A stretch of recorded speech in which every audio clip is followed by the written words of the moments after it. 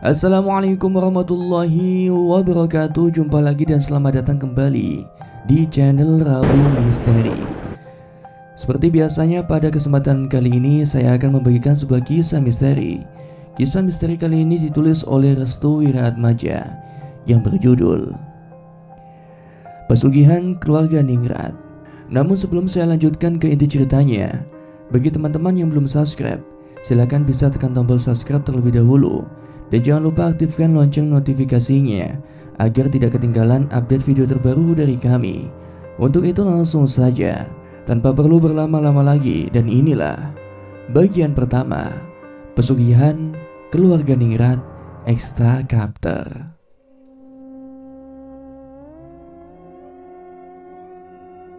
Suara teriakan minta tolong terus digemakan oleh ibuku sewaktu mendapati bapakku yang sudah tidak berdaya di luar rumah. Malam tadi sepertinya bapak mendapatkan serangan hebat oleh orang-orang yang memang menjadi musuh bebuyutannya semenjak beberapa tahun terakhir. Wajah bapakku tiba-tiba sangat pucat dan terlihat perbedaan yang sangat jelas dengan keadaan sebelumnya. Untungnya teriakan dari ibuku menyelamatkan nyawa bapak. Beberapa warga membantu ibuku dan membawa bapak untuk menuju rumah sakit terdekat untuk mendapatkan perawatan. Tak ada sesuatu yang dapat diingat oleh bapak sewaktu dirinya berada di luaran rumah. Saat bapak terbangun, ia hanya terdiam sembari mengatakan sesuatu kalimat yang sangat aneh. Dan baru pertama kalinya, ibuku mendengar perkataan itu. Durbiksa, Jagratara, Janaloka. Kebetulan saat itu dokter yang memeriksa bapak keheranan dengan kalimat yang baru saja diucapkan oleh bapak. Ada apa, Dok? Tanya ibu. Gak ada apa-apa, Bu, ucap dokter itu dengan wajah penuh ketakutan. Dokter itu pun langsung keluar dari ruangan bapak. Sepertinya ada sesuatu yang memang dokter itu sadari dengan perkataan aneh yang baru saja bapak katakan. Ibu yang masih memomong Mas Rardian selalu mengusap-ngusap kening bapakku sembari membacakan ayat suci Al-Quran untuk menenangkan sukma bapakku yang sepertinya masih terikat di suatu tempat. Kurang lebih 10 menit lamanya, ada seorang suster yang kebetulan masuk ke dalam ruangan bapak. Bu Esa, dokter meminta ibu untuk masuk ke ruangannya, jelas suster itu. Oke sus. Ibuku melangkah keluar dari ruangan itu.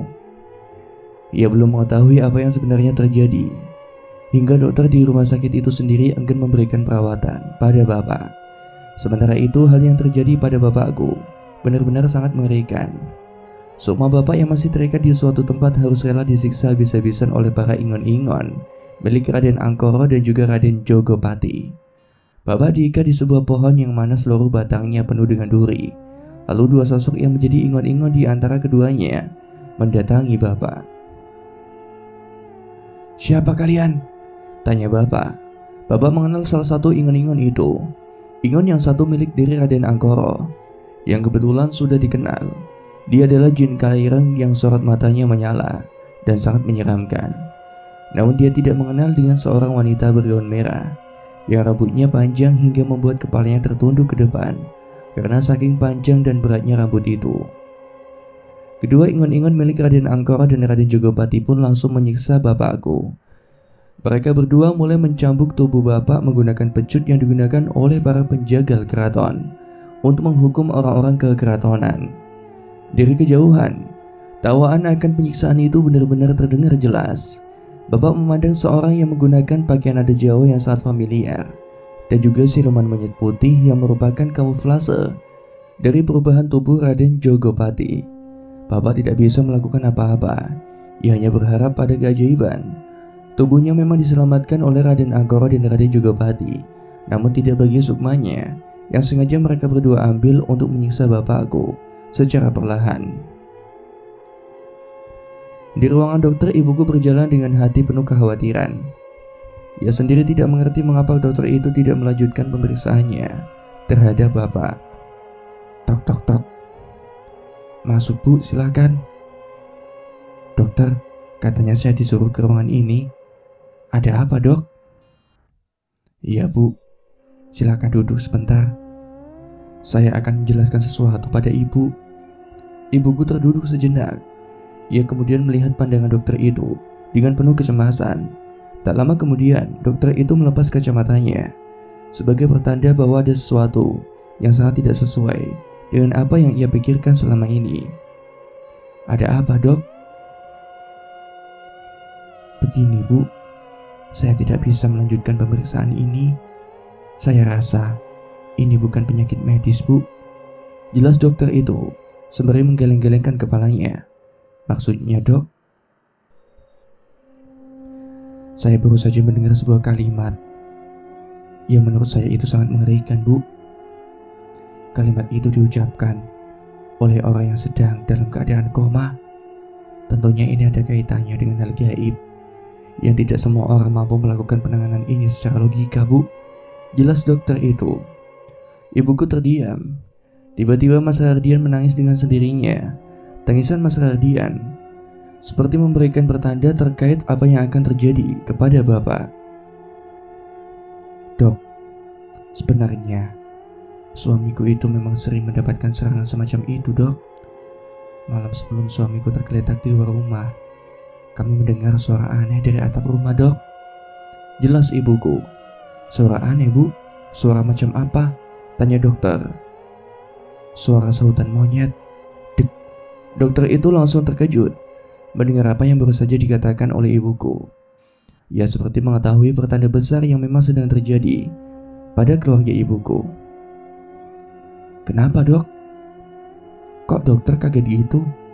"Tunggu, udah berapa lama, Bu?" "Apanya, Dok? Teror semacam ini?" "Ya, udah hampir 2 tahun lebih, Dok." "Hah? 2 tahun? Ada apa emangnya, Dok?" Dokter itu kemudian mengambil kacamatanya dan memasang kembali. Ia sejenak menghela napas panjang untuk menenangkan pikiran dan hatinya. "Ini benar-benar bukan urusan medis, Dok. Tapi tubuhnya pucat pasi, Dok. Mungkin selain itu ada penyakit yang tidak dideteksi, Dok." "Tidak, Bu. Denyut nadi, tekanan darah, detak jantung dan pernafasannya seperti orang normal, Bu. Namun ketika ibu mengucapkan kalimat itu, aku yakin akan satu hal yang mungkin ibu sendiri tidak menyadarinya. Maksud dokter, saya pernah mengatasi orang semacam ini, Bu. Tepatnya beberapa tahun yang lalu. Dia juga sama seperti apa yang dikatakan oleh ibu. Dan ternyata orang itu mendapatkan serangan karena akan dijadikan tumbal. Dok, tolong jangan katakan hal itu, Dok." Tiba-tiba pintu diketuk oleh seorang dari luar. "Masuk." Seorang suster masuk kembali untuk membawa orang asing yang ternyata itu adalah orang yang sangat familiar. "Maaf, Dok, ada salah satu keluarga dari Bapak Arto. Dia ingin bertemu dengan istrinya." Ibuku langsung bangkit dari duduknya. Ketika pintu dibuka lebar, ibu baru menyadari orang itu. "Kang Waris? Di mana Arto?" "Ada di ruangan 16. Bawa dia pulang sekarang juga." Tapi ibuku menatap dokter itu. Namun dokter itu mengangguk seperti menyetujui apa yang diinginkan oleh Kang Waris. Hari itu juga Bapak dibawa ke rumah Kang Waris. Entah apa yang memang dipikirkan Kang Waris saat itu. Ia seperti menyadari akan kejadian aneh yang baru saja menimpa Bapak. Setibanya di rumah Kang Waris, Bapak langsung direbahkan di tempat tidurnya. Ia meminta pada ibuku untuk menunggunya di luaran. "Bu, tunggu sebentar di luar." Ibu masih menunggu kelanjutan dari apa yang akan dilakukan oleh Kang Waris. Sembari menunggu, ibu menimang-nimang Mas Hardian. Tiba-tiba dari ujung ruangan belakang Kang Waris terdengar suara wanita sedang menyanyikan kidung Jawa. Suara ini, ibuku pun segera bangkit dari duduknya. Ia kemudian melangkah untuk menuju ke arah suara itu yang muncul berasal dari ruang belakang Kang Waris. Saat ibu mencari suara itu, ia kemudian mengarahkannya pada sebuah ruangan belakang yang berada di dekat kamar mandi Kang Waris. Saat ibu membuka pintu ruangan itu, ia terkejut melihat seorang wanita yang sangat cantik wajahnya yang sedang memomong seorang bayi perempuan. Kamu siapa?" tanya ibu. Wanita itu tersenyum. Ia kemudian kembali menyanyikan kidung itu untuk kedua kalinya. Tiba-tiba semilir angin memasuki ruangan itu. Tubuh ibuku langsung merinding di buahnya. Kamu kan perempuan yang menimang-nimang anakku. Siapa kamu sebenarnya? Wanita itu kembali menatap ibuku dengan senyuman yang sangat manis. Ibu belum menyadari siapa wanita itu. Siapa anak yang kamu gendong? Tiba-tiba wanita itu terdiam. Ia seperti tidak menyukai pertanyaan ibuku yang terus-menerus menekan untuk menjawab. Menengonduk ketimbang awakmu loro. Ibu terdiam. Ia kemudian meneteskan air mata karena rasa takut mendapatkan gertakan yang mengerikan dari wanita yang mengenakan kemben pakaian adat Jawa itu. Wanita itu kemudian melangkah untuk menuju ke sebuah dinding ruangan. Sebelum pamit, ia kemudian mengucapkan sesuatu. Aku tidak akan biarkan keluargamu untuk mengambil cucuku untuk dijadikan tumbal. Aku akan melindunginya. Tak lama kemudian lampu di ruangan itu mati seketika. Ibuku langsung keluar dari ruangan itu. Pintu yang semula terbuka kini tertutup dengan sendirinya. Ibu pun langsung kembali ke ruangan tempat bapak sedang disembuhkan oleh Kang Waris. Sembari mengusap-ngusap dahi Mas Rardian, tubuh ibuku masih gemetaran. Perkataan dari wanita itu benar-benar masih terngiang-ngiang di kepala ibu. Sementara itu bapakku sedang dilakukan pembersihan oleh Kang Waris. Ia menyadari jika sukma bapakku diambil oleh Raden Angkoro. Bertahanlah sejenak, aku akan menolongmu. Arto, kamu tidak boleh mati. Kamu harus menyelamatkan istri dan juga anak-anakmu. Kang Waris kemudian membasuh kaki bapak menggunakan air sirih. Ia juga membuka baju bapak dan membasuhnya dengan air sirih juga. Setelah selesai, Kang Waris kemudian memegang bagian jantan bapak. Ia ingin mencari letak sukma bapak yang disembunyikan. Kang Waris mencoba mendalami dan menerawang lebih dalam di mana sukma bapakku berada. Ia sedikit kesulitan karena ada sesuatu yang terus mengganggu perjalanan Kang Waris untuk menerawang bapak lebih jauh. Ketemu. Kang Waris melihat tubuh bapakku sedang diikat di sebuah pohon yang penuh dengan duri. Bersamaan dengan itu, ia melihat dua sosok yang aneh sedang mencabuk-cabuk bapakku. Namun bukan itu yang membuat Kang Waris terkejut. Yang membuat Kang Waris terkejut adalah dua orang yang berdiri tepat di belakang kedua sosok yang sedang memecut tubuh bapak. Mereka berdua adalah Raden Angkoro dan juga Raden Jogopati. Keilmuan Kang Waris sebenarnya di atas mereka. Dengan cara apapun Kang Waris bisa mengambil sukma bapakku. Namun dengan keadaan yang seperti ini, Kang Waris harus bisa mencari tahu bagaimana agar dirinya juga bisa selamat.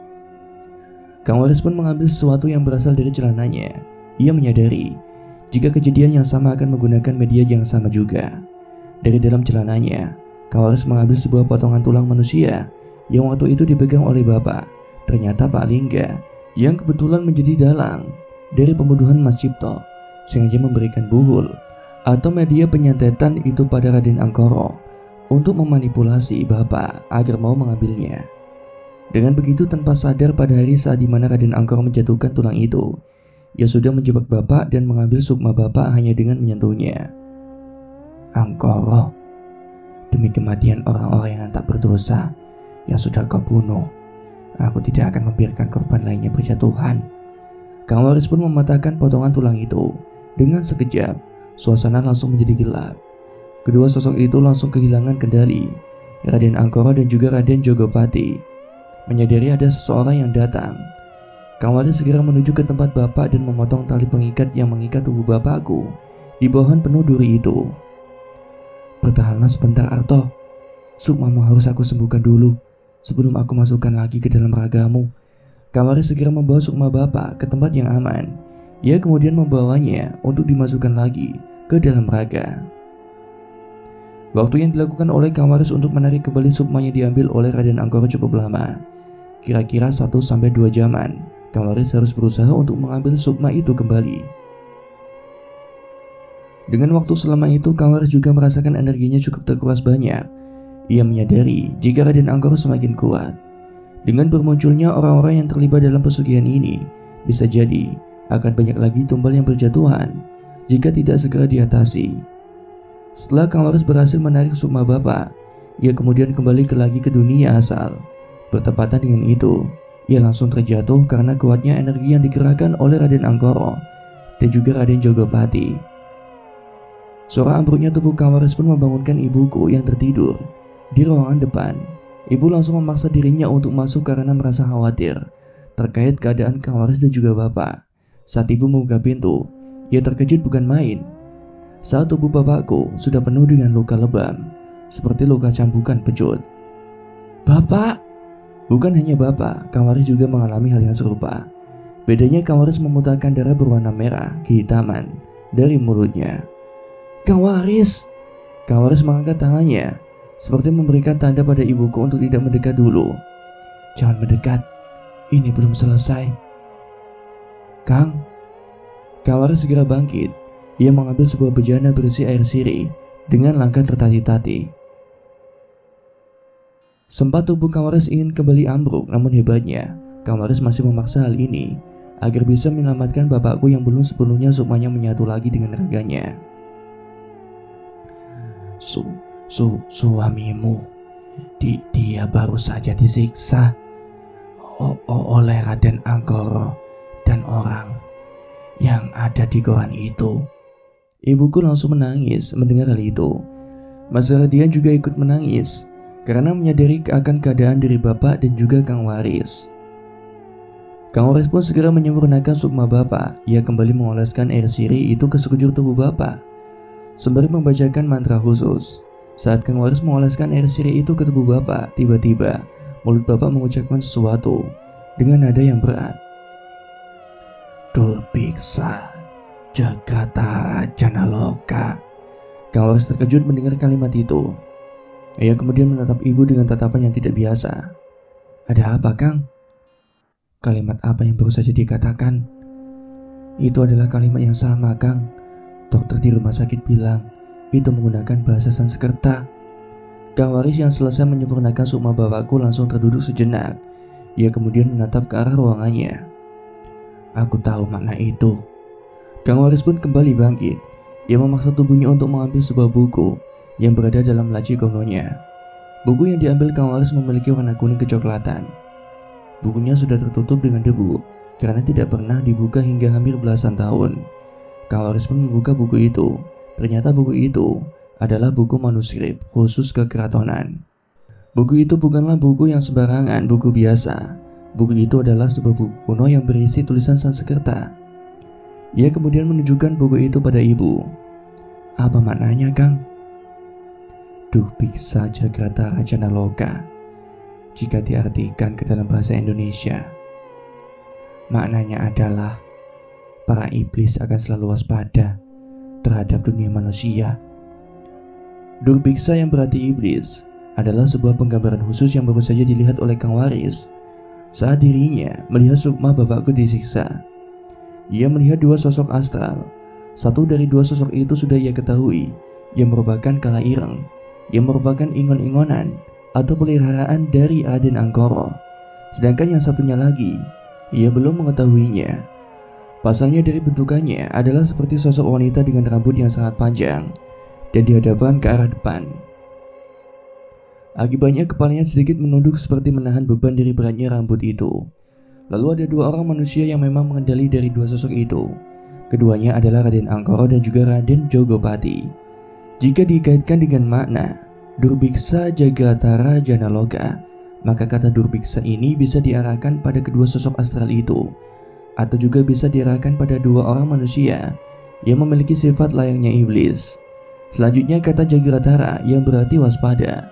Kata ini tentu saja mengarahkan pada ambisi dari Raden Anggoro beserta dengan orang-orang yang berada di belakangnya.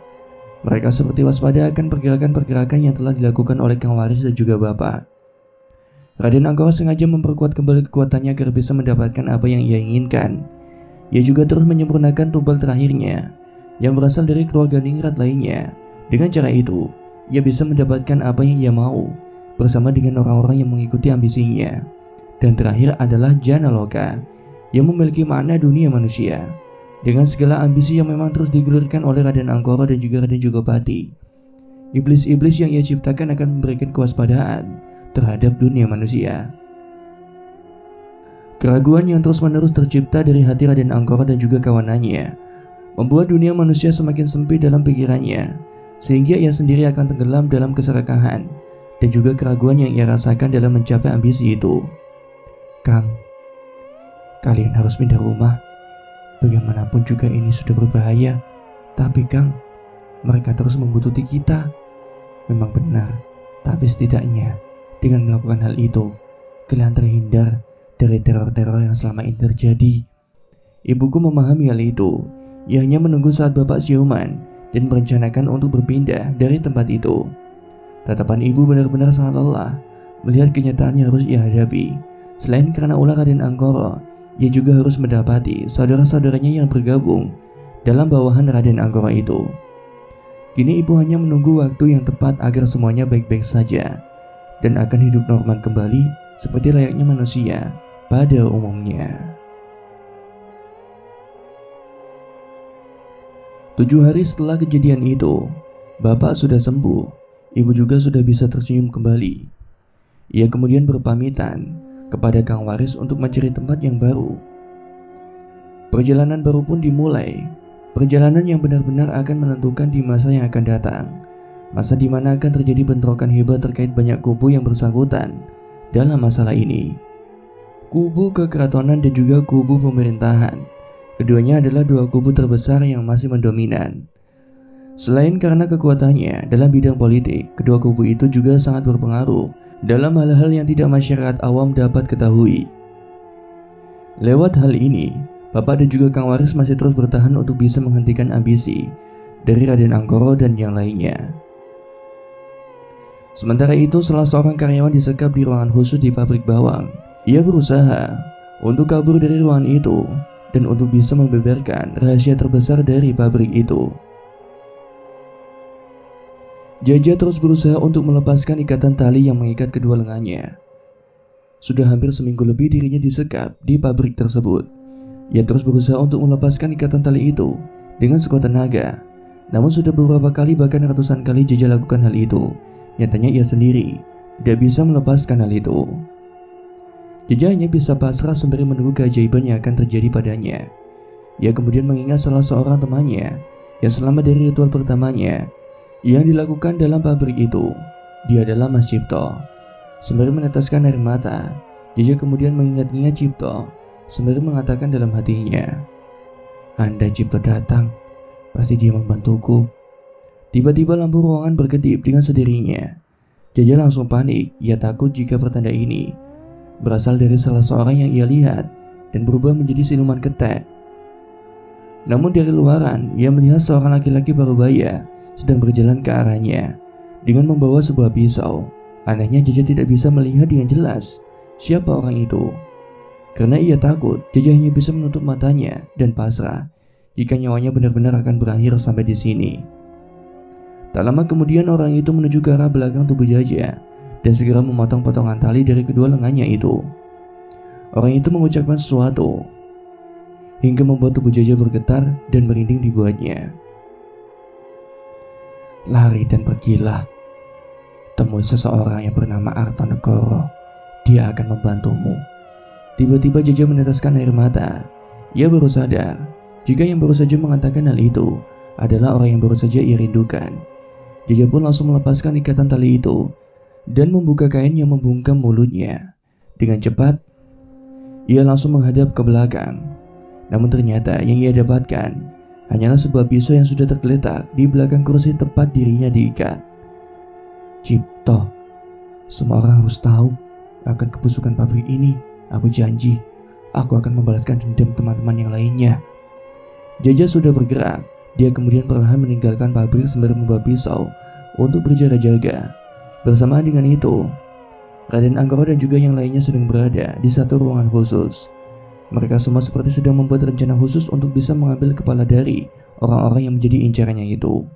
Akan tetapi, saat rapat sedang berlangsung, lagi-lagi kemampuan dari Raden Anggoro berada di luar nalar.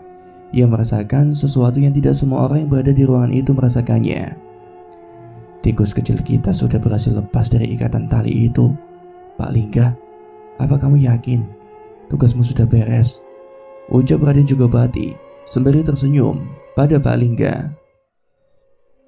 Dapatkah Jaja keluar dari sekapan mereka semua? Dan apakah Jaja akan tergabung dengan kelompok Kawaris dan bersama-sama menjalankan misi untuk membongkar kejahatan dari Raden Angkoro dan yang lainnya. Jangan kemana-mana, simak ulasannya sampai akhir. Pabrik yang didesain dan sudah ada pada zaman Belanda ini berlokasi tepat di pinggir jalan. Selain itu juga jarak antara keberadaan pabrik dengan masyarakat sekitar tidaklah jauh. Hanya saja akses untuk masuk ke dalam pabrik lumayan jauh. Untuk masuk ke pabrik itu, para karyawan harus berjalan kurang lebih 1 kilometer untuk bisa sampai ke mulut pabrik. Dan memang benar, pabrik ini sudah didesain oleh pemilik pabrik sendiri, yaitu Raden Angkoro. Dia tidak segan untuk memantau para karyawannya dari lantai atas. Derap langkah kaki Jaja terus melangkah meninggalkan pabrik itu. Ia tidak peduli dengan orang-orang yang ada di sekitarnya, yang terkejut melihat Jaja baru terlihat baru-baru ini. "Loh Ja, kok kamu baru kelihatan?" tanya salah satu seorang temannya yang kebetulan terkejut melihat Jaja baru muncul. "Pintu depan ada yang jaga enggak?" tanya Jaja. "Palingan satpam pabrik aja, Ja. Kamu mau kemana?" Jaja pun memperhatikan sekitarnya. Ia seperti memantau kanan kirinya sekitar pabrik untuk memastikan jika obrolannya tidak didengar oleh orang lain. "Aku harus kabur dari sini," ucap Jaja. "Kabur? Kenapa, Ja?" Jaja pun memperhatikan luka lengannya akibat siksaan Pak Lingga yang menyekapnya di sebuah ruangan khusus. "Tragedi di pabrik bawang ini bukanlah karena kecelakaan biasa, melainkan ada orang-orang yang sengaja menjadikan pabrik ini sebagai poros penumbalan." Teman dari Jaja ini tidak percaya dengan apa yang Jaja ucapkan. Ia hanya terdiam sembari melanjutkan pekerjaannya. "Kamu gak percaya?" tanya Jaja. Tiba-tiba ia meneteskan air mata. Jaja tidak mengerti apa yang sebenarnya terjadi dengan temannya itu. Namun ada perasaan di mana teman dari si Jaja ini menyadari apa yang Jaja katakan. "Ada apa? Ada apa selama 7 hari aku tidak ada di pabrik ini?" Teman Jaja pun langsung menyuruh Jaja untuk pergi dari pabrik ini. Dia seperti sudah pasrah dengan apa yang sudah terjadi. "Kita memang tidak bisa keluar dari sini, Ja. Sudah ada korban yang baru saja berjatuhan beberapa hari kemarin," jelas teman Jaja. Jaja terkejut mendengar hal itu. Ia terus memandangi para karyawan lain yang wajahnya tertunduk lesu seperti tidak bisa berbuat apa-apa. Jangan-jangan Jaja memperhatikan ratusan karyawan yang bekerja seperti dalam tekanan. Rasa takut yang membara dalam hati mereka benar-benar dirasakan oleh Jaja. "Kita semua sudah mendapatkan kontrak," jelas teman Jaja. "Hah? Kontrak apa?" tanya Jaja. "Kita tidak boleh pergi dari pabrik ini. Semua tanggungan dan biaya hidup kita sudah diberikan pada keluarga," jelas teman Jaja.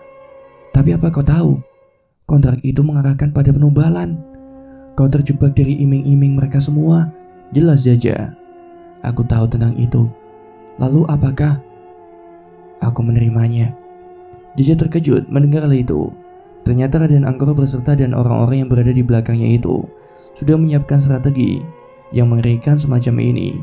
Tak lama kemudian, terdengar suara teriak Pak Lingga. Dari atas lantai atas, ia berteriak memanggil-manggil nama Jaja. "Cepat lari!" teriak teman Jaja. Jaja pun langsung kabur dan meninggalkan temannya yang sudah pasrah untuk bekerja di pabrik itu seumur hidup. Dalam hati Jaja ia tidak tega melakukan hal itu. Namun demi keselamatannya, Jaja pun melarikan diri dari kejaran Pak Lingga. Lewat pintu depan, Jaja harus berhasil mengelabui satpam pabrik. Ia tahu satpam itu sulit dikelabui kecuali dengan satu hal. "Mau kemana kamu?"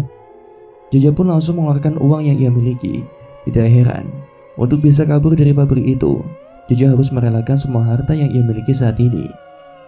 "Ambil, ini semua." Satpam itu pun menerima uang pemberian Jaja sambil tersenyum. Ia lalu membuka pintu gerbang pabrik dan Jaja pun berhasil kabur dari pabrik itu.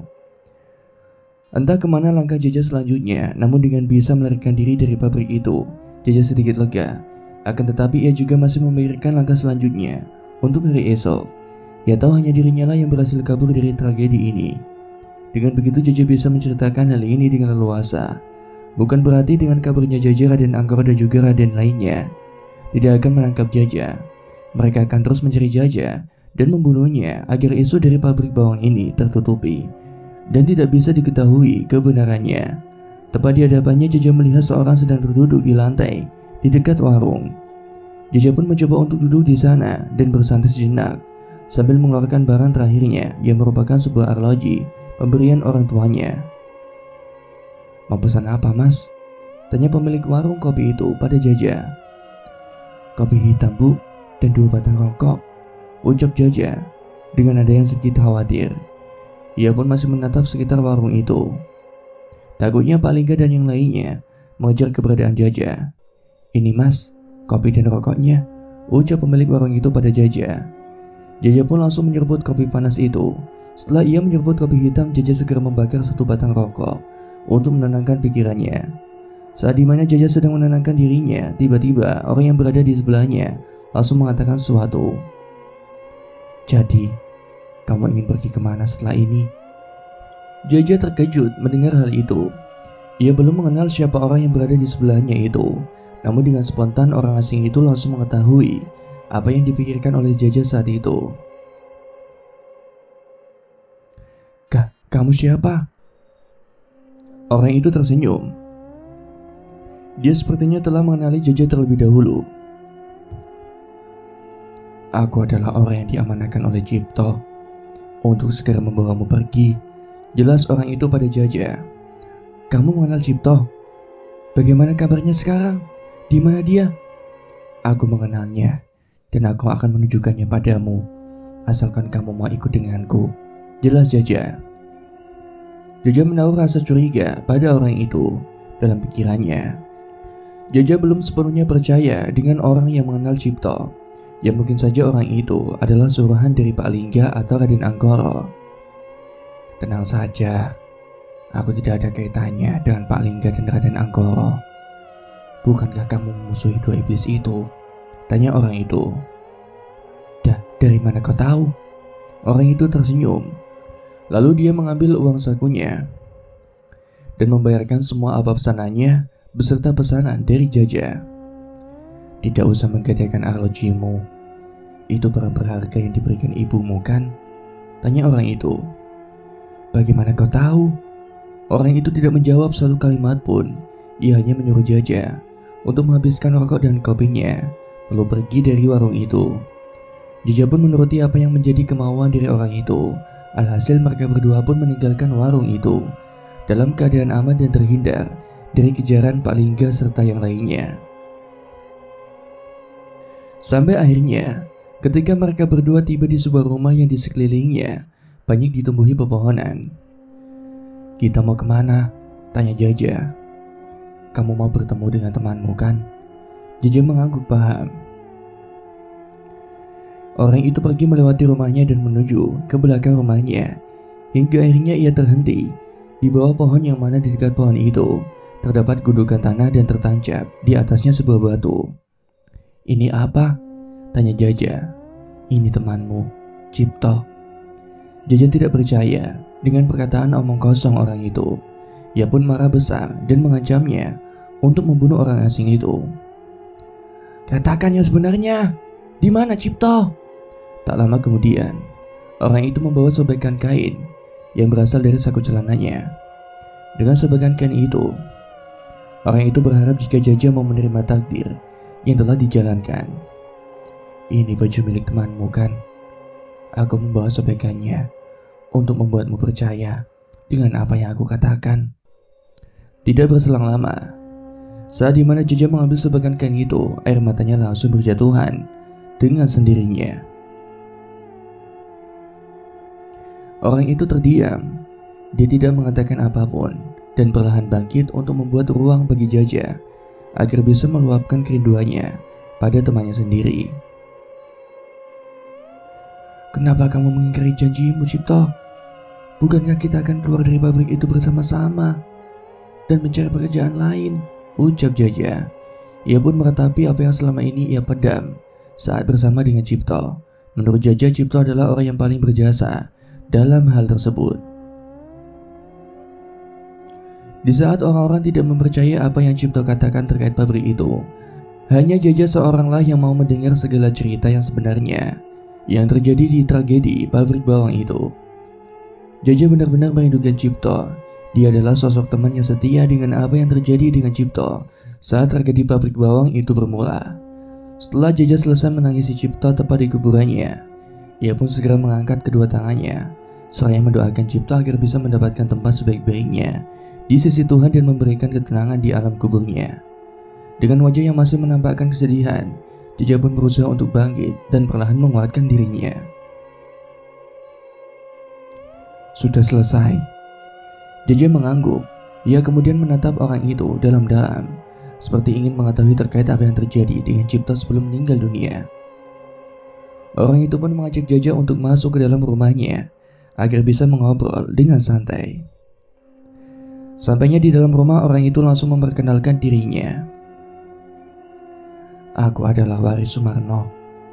Aku adalah orang yang menolong Cipto saat dirinya mendapatkan musibah dari tragedi pabrik itu. Jaja pun terdiam. Ia menunggu Kang Waris untuk menjelaskan secara detail terkait kejadian-kejadian yang terjadi saat Cipto bersamanya. Akhirnya Kang Waris pun menjelaskan secara detail terkait kematian Cipto. Ia juga menceritakan terkait awal pertemuannya antara dirinya dengan Cipto. Terlepas dari itu semua, Kang Waris sadar jika Cipto sendiri merupakan kunci utama untuk mengetahui secara pasti terkait tragedi pabrik bawang itu sendiri. Saat dimana hari kematian Cipto tiba, ia berpesan pada Kang Waris agar bisa menyelamatkan Jaja yang masih terjebak di pabrik bawang itu. Kurang lebih seperti itu. Cipto berpesan pada aku tepat di hari kematiannya. Ia meminta padaku untuk menyelamatkanmu dari cengkraman Pak Lingga. Mendengar hal itu, Jaja pun semakin yakin jika orang yang berada di hadapannya adalah orang yang baik. Memang benar, aku adalah orang yang mengetahui tragedi itu, dan aku juga sudah mengetahui orang-orang yang berada di balik itu semua, jawab Jaja. Kang Waris terdiam. Ia ingin sekali mendengarkan secara jelas terkait tragedi pabrik itu secara mendalam. Tepatnya saat dimana tragedi itu berlangsung, Cipto dipaksa untuk tidak membeberkan semuanya ke umum. Namun Cipto pun tidak bisa memendamnya sendirian. Banyak orang-orang yang selalu memojokkan Cipto terkait kematian orang-orang yang tengah berada di tragedi tersebut, jelas Jaja. Jaja pun membakar rokoknya lagi. Ia kemudian menyeruput kopi buatan Kang Waris. Sampai akhirnya ia menceritakan hal itu padaku. Namun sialnya, ada orang lain yang tahu saat Cipto sedang menceritakan tragedi itu, ucap Jaja. Jaja masih terngiang-ngiang perkataan Cipto yang memintanya untuk merahasiakan masalah ini. Alasannya sederhana. Pabrik ini merupakan pabrik besar dan berita semacam ini adalah sebuah aib besar bagi semua orang. Setelah kejadian itu, Cipto melarikan diri dari pabrik. Ia berusaha untuk menebus semua kesalahannya dan tidak ada keinginan untuk kembali ke sana lagi tanpa mengaitkan banyak karyawan yang lain. Kabar akan kaburnya Cipto dari pabrik pun membuat Raden Anggoro beserta yang lainnya pun marah besar. Mereka pun berencana untuk membunuh Cipto sendiri. Dengan begitu, pihak pabrik yang saat itu dipegang oleh Raden Anggoro pun meminta pada orang-orang yang mengikuti langkahnya agar mencari Cipto dan segera membunuhnya. Dalam persembunyiannya, Cipto sengaja berdiam diri di sebuah rumah yang ternyata itu adalah tempat yang digunakan oleh Jaja untuk istirahat. Alhasil Jaja mempersilahkan pada Cipto untuk bersembunyi di tempatnya untuk menghindari kejaran dari Raden Anggoro dan yang lainnya. Namun sayang saat dimana Cipto sedang bersembunyi, gerak-geriknya sudah diawasi oleh orang-orang yang berasal dari pabrik dan menyebabkan persembunyiannya itu diketahui oleh Raden Anggoro. Selepas itu Cipto dibawa ke rumah Kang Waris. Namun teror belum berakhir hingga Cipto sendiri yang menjadi korban dari keganasan Raden Anggoro. Dengan segala strategi dan langkah yang diambil oleh Raden Anggoro, dapat disimpulkan jika dia tidak mau adanya kebocoran informasi yang terjadi pada pabriknya itu. Bersamaan dengan munculnya Raden Jogopati, saudara tiri dari Raden Anggoro, formasi mereka menjadi lengkap. Belum lagi Raden Jogopati memiliki sebuah kelebihan yang dapat mengidentifikasi orang-orang yang terlibat dari kasus tragedi pabrik bawang. Dia dapat mencium bau orang-orang yang terjerumus dalam tragedi itu. Hingga akhirnya kemampuan dari Raden Jogopati itu benar-benar dimanfaatkan dengan baik oleh Raden Angkara dan lainnya untuk kembali menetralisir orang-orang yang terlibat dari kejadian itu. Dan sayangnya Jaja ketahuan. Ia yang mengetahui perubahan wujud dari Raden Jogopati yang ternyata adalah siluman ketek, membuat Jaja tidak bisa berbuat apa-apa selain menunggu waktu untuk bisa kabur dari tempat tersebut. Ini semua sudah kembali dengan formasinya masing-masing. Perpindahan bapakku yang kebetulan memilih untuk pergi dari tempat sebelumnya menjadikan sebuah langkah baru dari Kang Waris dan yang lainnya untuk kembali menyusun rencana. Kang Waris sendiri sudah berhasil mengabulkan permintaan terakhir dari Cipto untuk bisa mengambil temannya, yaitu Jaja. "Jaja, apa langkahmu selanjutnya?" tanya Kang Waris pada Jaja. "Mari hancurkan mereka semua satu persatu, Kang," ucap Jaja dengan nada kesalnya. 2 tahun kemudian, Bapak dan Ibu sudah mulai menjalani kehidupan dengan normalnya. Mas Ardian yang berumur 3 tahun kini sering digadang-gadang oleh bapak serta ibu untuk bisa menjaga keluarga kecilnya. "Kamu harus jadi lelaki yang kuat, nak. Lelaki yang bisa melindungi keluarga kecilmu," ucap bapak pada Mas Ardian. Mas Ardian kecil hanya tersenyum.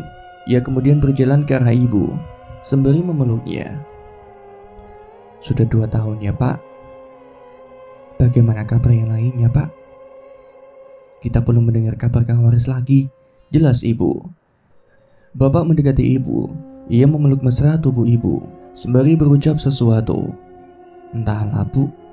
Mungkin akan ada kejutan lainnya di hari-hari ke depan. Kita juga belum mendapatkan kabar terkait pabrik itu sendiri." Belum ada informasi lagi setelah 2 tahun lamanya bapak meninggalkan tempat yang lokasinya sedikit jauh dari keramaian orang-orang. Ia memilih untuk tinggal di sebuah tanah yang ternyata tanah itu sendiri ternyata menyimpan masa kelam yang sangat mengerikan. Tanah itu disebut dengan Alas Wingit, sebuah hutan yang konon katanya tempat bersemayamnya para demit yang menarik orang-orang yang tidak taat pada alam. Mereka yang masuk dalam Alas Wingit dipercaya tidak akan pernah lagi kembali ke dunia dan harus menjadi budak dari kerajaan mereka. Kehadiran bapak ke tempat itu ternyata mengundang banyak saudara-saudaranya yang dari luaran untuk menempati tempat itu. Salah satunya adalah Raden Kuncoro.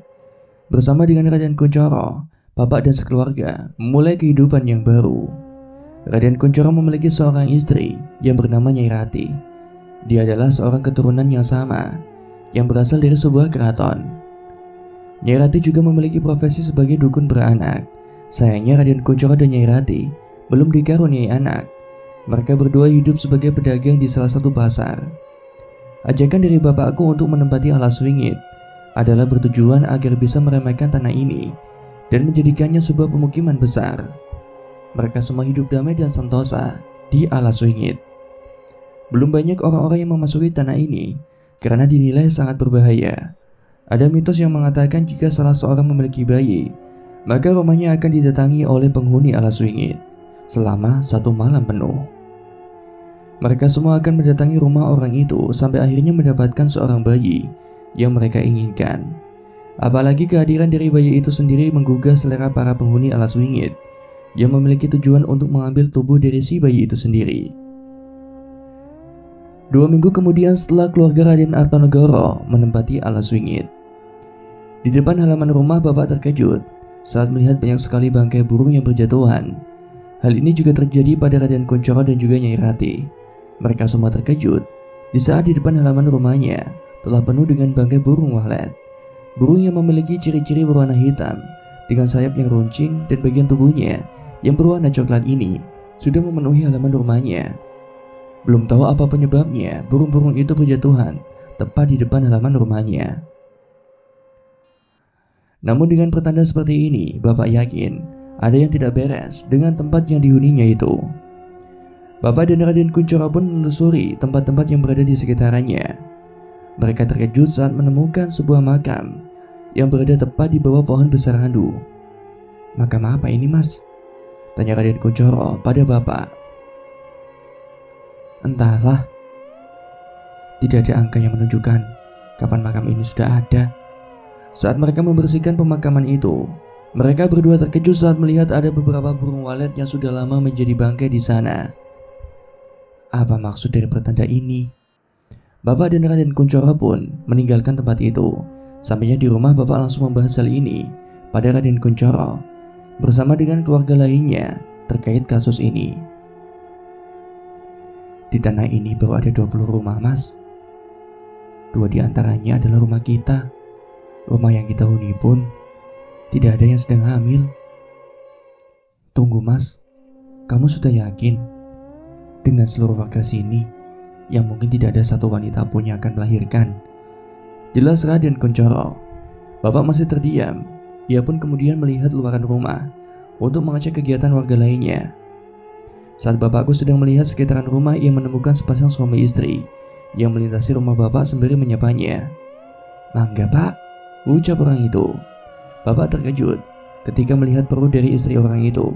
Perutnya membesar dan kemungkinan besar akan melahirkan tidak lama lagi.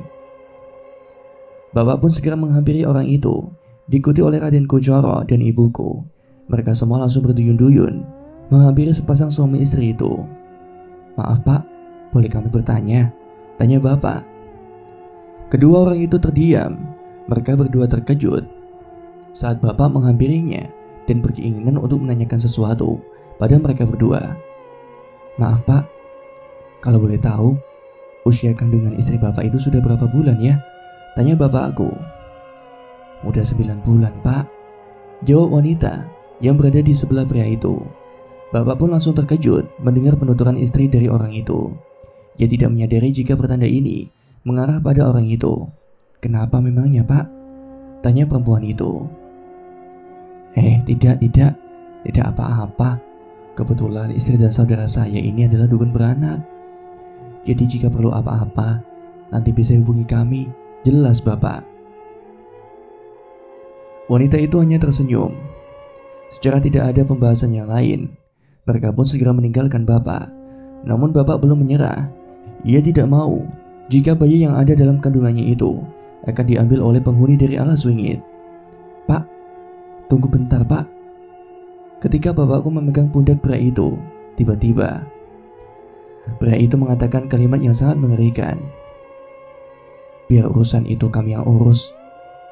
Kami sudah tahu akan mitos di tempat ini," jawab lelaki yang memiliki badan sedikit kurus dari bapakku. Bapak pun hanya terdiam. Di sisi lain, dia merasa khawatir dan berkeinginan untuk membantu kedua warga tersebut. Namun di sisi lain, kedua warga itu seperti sudah mengetahui terkait mitos yang berkembang di alas wingit ini. Alhasil bapak tidak bisa berbuat apa-apa selain memantaunya saja dari kejauhan. Jika memang ada yang dapat ia lakukan, bapak akan melakukannya. Kedua warga itu meninggalkan bapak dan pergi untuk menuju rumahnya. Sedangkan bapak, ia kembali masuk ke dalam rumah dengan perasaan yang tidak tenang. Untungnya ibuku memberikan nasihat yang sangat mengena di hari bapak. "Tidak semua niat baik kita diterima oleh orang-orang, Pak. Yang penting kita sudah menawarkan kebaikan itu. Jika tidak diterima dengan baik, maka percayakan saja pada diri kita bahwa kita termasuk orang-orang yang baik." Mendengar perkataan itu, bapak pun kembali tersenyum, hatinya kembali tenang. Malam harinya saat dimana bapak dan ibuku ingin tidur, bapak merasa ada yang aneh dengan luaran rumah. Ia seperti merasakan ada hal yang tidak beres dengan luaran rumah yang energinya begitu pekat dan mengganggu ketenangan hatinya. "Bu, kok aku gak tenang ya malam ini?" tanya bapak pada ibu. "Mungkin bapak masih kepikiran dengan wanita yang akan melahirkan itu, Pak." "Benar, Bu." Bapak pun bangkit dari tempat tidurnya. Ia kemudian berjalan untuk menuju pintu depan untuk melihat apa yang sedang terjadi di luaran. Sebelum bapak membuka pintu, bapak mengintip luaran rumah lewat celah-celah jendela rumahnya. Begitu bapak mengintip luaran, ia terkejut saat melihat banyak sosok yang sedang berjalan mengenakan kain putih lusuh yang kotor, sedang menuju ke salah satu rumah. Mereka semua berjalan secara perlahan dengan gerakan yang sangat mengerikan. Beberapa dari mereka terbuka bagian tali pocongnya dan melompat-lompat perlahan. Beberapa yang lainnya ada yang menyeret-nyeretkan kakinya di tanah. Bapak pun langsung kembali ke kamar. Ia tidak berani untuk menatap luaran rumah yang sudah penuh dengan sosok-sosok yang berasal dari alas wingit. Kedatangan bapak dengan ekspresi yang penuh ketakutan itu membuat ibu bertanya-tanya, "Ada apa di luaran, Pak?" "Mereka datang, Bu." "Siapa?" "Para penghuni alas wingit. Mereka ingin mengambil jabang bayi dari wanita itu."